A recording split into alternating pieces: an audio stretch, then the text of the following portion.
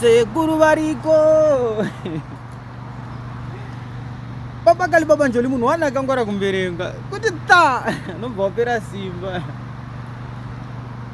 Yatoda kutaura nhasi kana ikatadza kundirovesa patosangana ka. Amunenge makasimba. Time. Tsuro haiponi rutswa kaviri.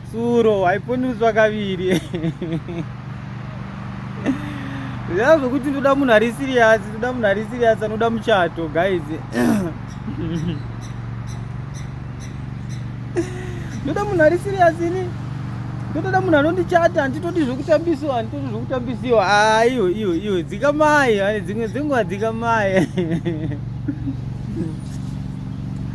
Munhu anotaura mashoko iwayo ka ivhijini. Ivhijini yakabatana baba. Kendo ndoda kuti munhu ari serious, anoda zvemuchato uku uri mvana une mwana. Iwe unomukati munhu ari serious. Sometimes iti playground. Chamwari ingoita zvinongoita kuti ndega inini ndingonzwa kufila kuti nawo ndaona mukadzi, regai nditonochata, regai nditonoroora, regai nditobvisa zvakati. Tinoza zvaunongoita so ngazvichingoita ngoti inini ndega ndingonzwa kuti apa ndazowana mukadzi apa anofanira nodhisefa kunochatwa, anochiteva kuiswa ringi. Noti kuti iwo unotodhimanda ndoda munhu anotodara iwo nevana uri mvana ndonokuchata, ndiri pakuchata mwana wako urwara uyu. Ndiri pakuchata kana kuti kumusha kwomurume wako kuita zvimwe zvinhu, kwababa vemwana kuita zvimwe zvinhu, vongouya ndiri pamuchato ndiri bhizi kupfekedza ringi, vobuya voti tavinga maita zvitokumbira mwana, pane zvinoda kuitwa nemwana uko. No, sometimes fungai iwo kadzi akatomboita mwana akatombosiya imwe imba.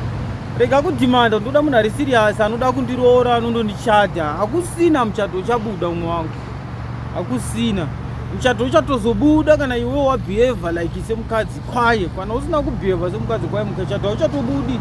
Zvakatokona, wakatodarikwa hazviti.